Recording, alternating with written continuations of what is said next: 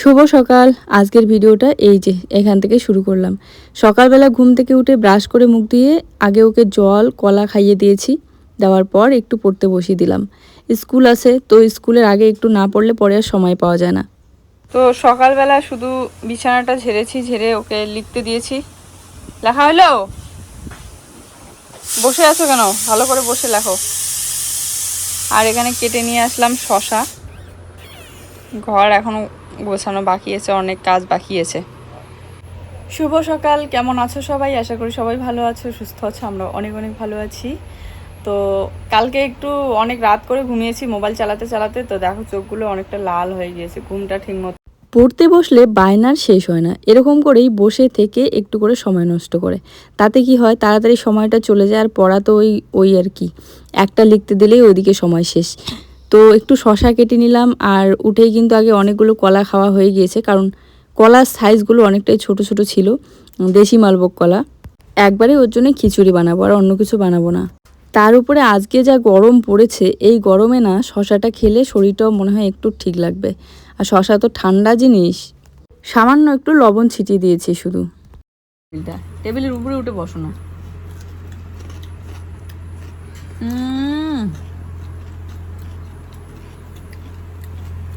আজকেও কিন্তু গরম পড়েছে খুব, এই জন্য শশাটা কেটে নিয়ে আসলাম।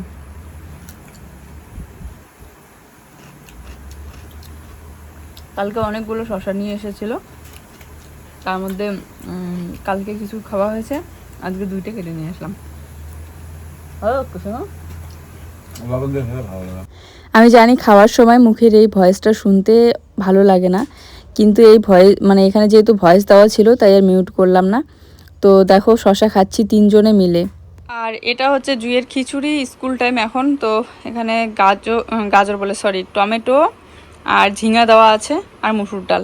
চলো খিচুড়িটা এখন ওকে খাইয়ে দেই। উঠো তাড়াতাড়ি। সকালবেলা কেন জানি না আমার খিচুড়ি খেতে একদম ভালো লাগে না। হয়তো এক কাপ চা, সেটা লাল চা হলেও, না হলে হয়তো সেদ্ধ ভাত, বিশেষ করে আলু সিদ্ধ বা কচু সিদ্ধ, এইসব জিনিস হলেই আমার চলে যায়। তো যাকে এখানে মেয়েকে তারপরে খাইয়ে দিয়ে এই যে রেডি করিয়ে দিলাম, আর একটু লোশন মাখিয়ে দিয়ে হাতে পায়ে, তারপরে মাথায় একটু আজকে তেল দিয়ে দেবো একটু বেশি করে। ও নিজে নিজেই শ্যাম্পু করে, যেহেতু একাই এখন স্নান করে, শ্যাম্পুটা বাথরুমের মধ্যেই রাখা থাকে। ওর জন্য আলাদা, আমার জন্য আলাদা। ওর জন্য বেবি শ্যাম্পু, তো ওটা নিয়ে ও করতে শুরু করে দেয়। বলেছিলাম শ্যাম্পু না করতে, এই দেখো শ্যাম্পু করেছে। তো চুলটা অনেকটাই সিল্কি হয়েছে, তাই হালকা একটু তেল দিয়ে দিলাম। স্নান করিয়ে দেওয়ার চিন্তাটা এখন কিন্তু আর থাকে না, এখন বড় হয়েছে। জল তুলে দিলে আর একটু হাত পাগুলো আমি ইচ্ছে করেই ঘষে দিই, ওকে একাই ঘষতে না দিয়ে। তারপরে কিন্তু ও একাই জলে ডুব দেয়, মানে বালতিতে জল তুলে দিলে আর মগ দিলে ও একাই স্নান করে। যতক্ষণ ওর শরীরটা ঠিক থাকে, সুস্থ থাকে, তখন কিন্তু এই যে সারাক্ষণ এভাবে লাফালাফি নাচানাচি করতেই থাকে। আর যখন শরীর অসুস্থ হয় তখন তো দেখতেই পারো তোমরা, একদম কথাই বলে না, খাওয়া দাওয়া ছেড়ে দেয়। তো যাকে এদিকে চুলটা চিরুনি করে দিয়ে এই যে সাইকেলে করে যাবে। টাই দেখো, এত খুঁজলাম জামা কাপড়ের ভিড়ে, টাইটা আর খুঁজে পেলাম না, কোথায় যে রেখেছে। কিন্তু এখন আর সময়ও নেই, আমি পরে খুঁজে রাখবো, এরপর দিন থেকে টাই দিয়ে পাঠিয়ে দেবো। টাইটা পেলামই না, এত জামা কাপড় হয়েছে বারান্দার মধ্যে, খাটিয়ায় প্লাস ওই র্যাকের মধ্যে, তারপরে ঘরে চেয়ারে, সব জায়গায় শুধু জামা কাপড় আর জামা কাপড়। রোদটা কি চোখে লাগছে দেখো। তারপরে এসেই আগে এই গরমের দিনগুলো না, এই মেঝেতে কার্পেট মাদুর এগুলো বিছানো থাকলে খুবই অসুবিধা লাগে, কারণ সারাক্ষণ খালি পায়ে হাঁটাচলা করতে ইচ্ছে করে গরমের দিন। আর মাঝে মধ্যে কী হয়, কাজকর্ম করতে গিয়ে জুতা খুলে রাখি, তখন কার্পেট মাদুরের উপরে ধুলা পড়ে, খালি পায়ে তো ওঠাও যাবে না, আবার জুতা খুঁজে পড়ো। তো এই জন্য তুলেই রেখে দিয়ে সারাটা দিন তোলাই থাকে, শুধু ওই দুপুরবেলা খাওয়ার সময় আর সন্ধ্যার দিকে বিছিয়ে রাখি। কেননা সন্ধ্যার পরে তো আর পা থেকে জুতা সরে না, মানে সারাক্ষণ জুতা থাকেই। তো যাই হোক, এদিকে বিছানার চাদরটা একটু ঝেড়ে ঝুড়ে বিছিয়ে রাখি। বাকি আর একটা চাদর ধুয়ে দিয়েছি, কিন্তু এখনও শুকায়নি, তাই আজকে এটাই একটু উল্টো দিক করে বিছিয়ে দিলাম। তোমরা অনেকেই বলছো যে ঘরের কাজ শুরু করো, এখন তো বৃষ্টির দিন কম, কিন্তু এই যে বালি পাওয়া যাচ্ছে না, বলছি না আমি অনেক দিন থেকেই রেডি যে ঘরের কাজটা শুরু করি, যেভাবেই হোক যতটুকুই হোক তাড়াতাড়ি কমপ্লিট করি। তো স্নান করে আসলাম, এখন পূজা দেব। আর ওইদিকে জুইকে স্কুল থেকে নিয়ে এসে সবজি কাটছে, একটু রেডি করছে। চলো ফুল তুলি। এই ফুলগুলোর মধ্যে যে একটা বড় বড় ফুল থাকে, সেই ফুলের কিন্তু একটুখানি ডাল নিয়ে এসে আমি লাগিয়ে দিয়েছি। আর এখানে ডালটা লাগিয়ে দিয়েছিলাম, ভেবেছিলাম হয়তো বা হবে না, কারণ এই গাছগুলো যে আবার ডালও বেশি যায় সেটা আমার জানা ছিল না। তো একদমই মানে এই ফুলের জাতটাই না, একটু আলাদা টাইপের, তবে সাদা ফুলগুলো থাকে না একটু বড় সাইজের। তো ডালটা লাগিয়ে দেওয়ার পর কিন্তু ডালের মধ্যে শিকড় বেরিয়েছিল। এখান থেকে যেহেতু এই জায়গাটা একটু চাপাতে পড়েছে, আবার ঘরটা উঠলে তো আবার মানে চাপাতে পড়বে, গাছটা ভালোভাবে উঠতেই পারবে না হয়তো দেখা গেল। তো এই জন্য এখান থেকে সরিয়ে আমি একদম আমার বারান্দার যে কোণটা আছে সেই কোণতে কিন্তু লাগিয়ে দিয়েছি। আর সেখানে বড় হলেও কোনো সমস্যা নেই, কারণ এখন তো সবে আমাদের ঘরটা উঠছে, আর কমপ্লিট হতে হতে আবার বারান্দা হতে যে কত বছর লাগবে সেটা ধারণার বাইরে।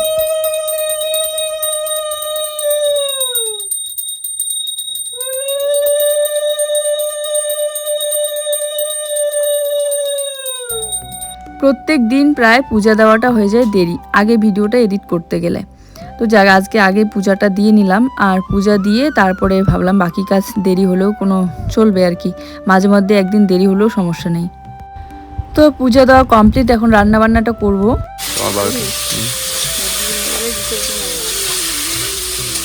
তো আজকে আমাদের রান্না হচ্ছে দুপুরবেলা বিয়ের কিছুদিন বিয়ের আগেই একবার ও গিয়েছিল জলপেশ, তো একবার গেলে নাকি 3বার যেতেই হয়। বিয়ে করার পর থেকে তো 2 বছর আমরা এখানেই ছিলাম না, আর আসার পর থেকেই তো 1 বছর এই প্রেগনেন্ট এসেই করতে গেল। তারপরে তো মানে জুই অনেক ছোট, তো হয়তো কখনো বাড়িতেই ছিল না কোনোবার জলপেশের সময়। তো এবার ও বলছে যে ও যেতে চাচ্ছে, জানি না, তবে ও যেতে চাচ্ছে। আর আমি বলছি যে আমাকেও নিয়ে যাও, আমারও খুব ইচ্ছে যাওয়ার। ও বলছে যে এত ভিড় হয়, তুমি গেলে না ওখানে হারিয়ে যাবে। যাই হোক, আমি তো কখনো যাইনি, তবে ও বলছে যে খুব নাকি ভিড় হয়। তো জানি না ও যাবে কি না, তবে বলছিল যে যাবে ওর বন্ধুদের সাথে। তো এখানে দেখো আজকের দুপুরবেলার আমাদের রান্না হচ্ছে শুটকি মাছ দিয়ে, ওই একটা দুটো ঝিঙা ছিল। আর ঝিঙা তো বুঝতেই পারো সবজি রান্না করলে আবার অনেকটা কমে যায়, তার সাথে টমেটো দিয়ে ঝোল। আর ছিল কাঁকরোল দিয়ে ছোট ছোট একদম দাড়িকে মাছের শুটকি মাছগুলো আছে না, ওই রকম টাইপের শুটকি মাছ দিয়ে ভাজা। তো এই ছিল আমাদের দুপুরবেলার আজকের একদম শর্টকাট রান্না। আর রান্নাটা আজকে বেশি একটা কেন জানি না শেয়ার করতে ইচ্ছেই করছিল না, যেহেতু গরমটা আজকে একটু বেশি পড়েছিল, তাই বেশি কিছু শ্যুট করতে পারিনি, ভালো লাগছিল না শরীরটা। তো এদিকে চলে আসলাম একটু কলের পাড়ে বাসনপত্র মাজা ধোয়া করতে। খাওয়া দাওয়ার পর দেখো পুরো 1 গামলা বাসন বেরোয়।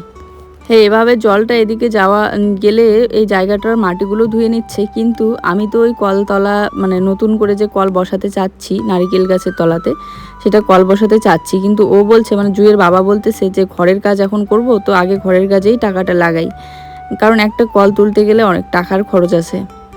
জানি না কবে কি বালু পাবো, তবে তোমাদের কাছে যদি বালির খবর থাকে তাহলে অবশ্যই আমাকে কন্ট্যাক্ট নাম্বার দিও, আমি যোগাযোগ করব। কারণ বালুটা আমাদের এমার্জেন্সি মানে লাগে আর কি কাজ শুরু করতে গেলে। 2 মাস তো প্রায় ওইরকম করেই চলে গেল, আর রডগুলো ভিজে যায় বৃষ্টি হলে। দেখো কতটা জং ধরে গিয়েছে রডগুলোতে, তাই না? সেদিন আবার মানে এক বড় ভাসুর দাদা, ঘোকসাডাঙ্গার যে দাদা, বলতেছিল যে সিমেন্ট নিয়ে এসে সিমেন্ট গুলিয়ে ওই সিমেন্ট দিয়ে একটু করে লাগিয়ে দিতে রডগুলোতে, তাহলে নষ্ট হবে না। এখন বাজে প্রায় 6টা 42। এই দেখো কোথায় মাকড়সার জাল হয়েছে, এই যে এদিকে ঝাড়ি তো এদিকে আবার মাকড়সার জাল হয়ে যায়। তো সন্ধ্যা দিয়ে আমি নাইটিটা আবার চেঞ্জ করে নিয়ে এই যে নাইটি দুটো একটু সেলাই করতে দিতে যাচ্ছি। এখানে 2টা নতুন নাইটি আছে, আগে সেলাই করে নিয়ে এসে পরে তোমাদের সাথে শেয়ার করবো, এখনো দেখানো হয়নি। একটা চেঞ্জ করে নিয়ে এসেছে, আর একটা ওটাই ছিল, আগেরটাই ছিল।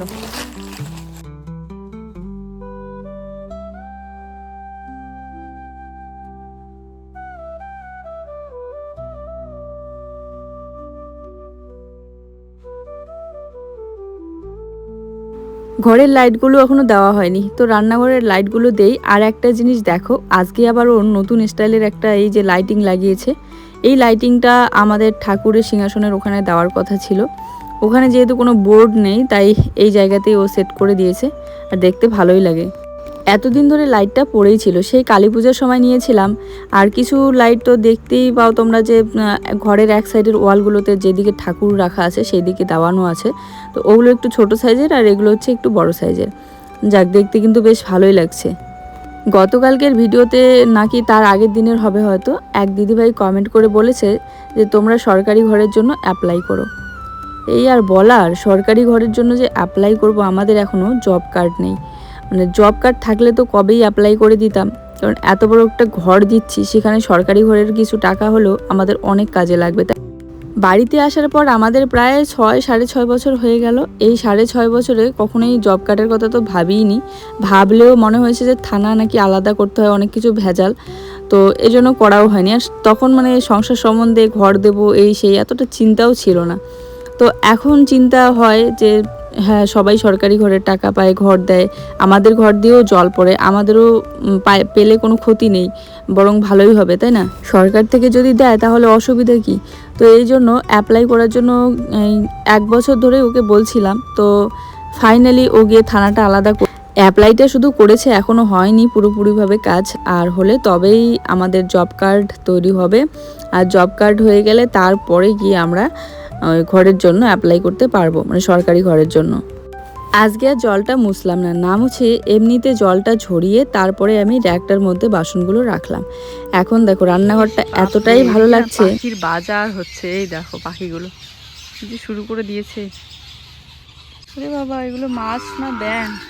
এই দেখো কি দৌড়াচ্ছে, মনে হচ্ছে মাছ বোধ হয়। কত বাচ্চা ছোট ছোট, বাবা কতগুলো মাছের বাচ্চা হয়েছে। এই দেখো মাছও আছে তো মনে হচ্ছে, তবে মাছ না ব্যাঙ বুঝতে পারছি না। এদিকে আসতে একদম অনেক ছোটাছুটি করছিল, ওই যে কত বড় বড় দেখো, ওইদিকে দৌড়াচ্ছে।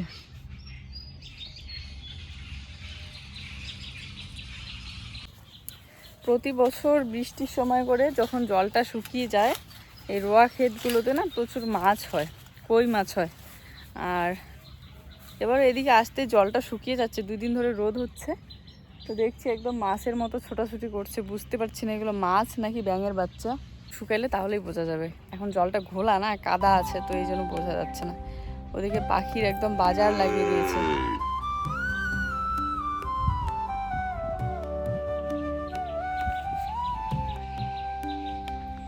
রকেটের মধ্যে স্প্রে করছে।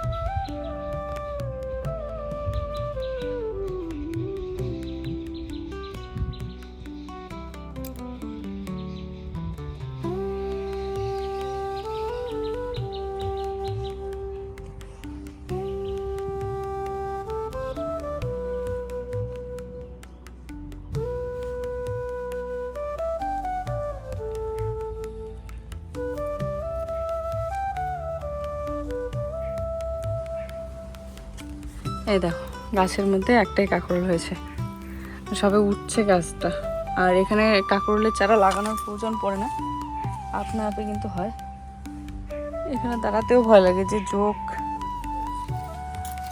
চলো কাঁকরোলটা তুলে নিই।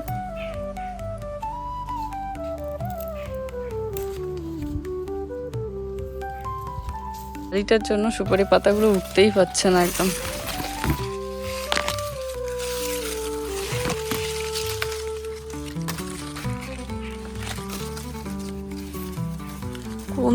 কোন দিকে গাছ একদম লতিয়ে পেঁচিয়ে উঠেছে একদম জালির উপরে।